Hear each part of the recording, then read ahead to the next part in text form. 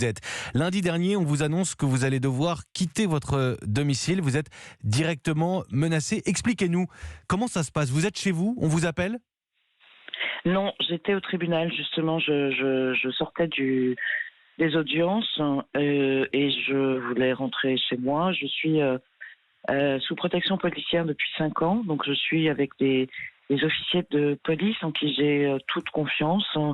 Et dans la voiture, ils m'ont expliqué que il fallait que je monte chez moi, que je fasse mon sac et que je quitte mon domicile, que je ne dorme pas là la nuit, ni cette nuit-là, ni les suivantes.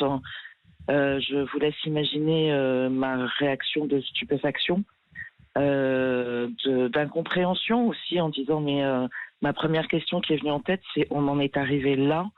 Il y a un tel climat de menaces et insupportable qu'il faut que je quitte mon domicile. Donc je suis partie. Je me suis réfugiée chez des amis en leur disant bonjour. Bonjour, je viens me réfugier politique chez vous, quoi. Réfugié politique chez des amis.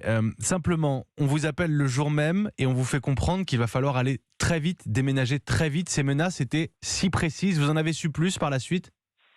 Alors j'en sais peu. Je ne tiens pas à en savoir, pour tout vous dire, à ce point-là, parce que moi je suis restée sous le choc de l'information et sur aussi les questions qui sont plus liées à mais pourquoi on en arrive là? Qu'est-ce qui se passe dans notre société qui fait qu'effectivement, vous l'avez dit en plein procès, je dois quitter mon domicile. Vous avez des réponses à cette question? Alors, j'ai des réponses sur l'ensemble, c'est-à-dire j'ai des réponses, que vous l'avez dit. Effectivement, je travaille à Charlie, je travaille aussi dans un journal féministe, Clara Magazine. Je suis surtout et avant tout une militante de la laïcité et de la liberté d'expression, mais de la laïcité. Et d'ailleurs, j'en ai fait un livre en début d'année. Et par ailleurs, je transmets l'œuvre magnifique de Charles, dessinateur, journaliste, directeur de publication, assassiné dans cet attentat islamiste du 7 janvier. Vous n'êtes pas dans l'ombre, vous êtes de Charlie Hebdo et vous parlez ouvertement depuis des années, Marie Cabrette. Mais je vous posais la question sur ce climat de tension peut-être dans le pays que vous semblez souligner. Quand vous dites on en est arrivé là, on en est arrivé où? On en est arrivé à ne plus pouvoir parler de laïcité, par exemple, tranquillement, à ne plus avoir la même définition de la laïcité, à ne plus pouvoir dire qu'on peut vivre avec ou sans Dieu, que ça relève de l'émancipation laïque en réalité et de la foi. On en est arrivé à ne même plus pouvoir aborder tranquillement ces sujets.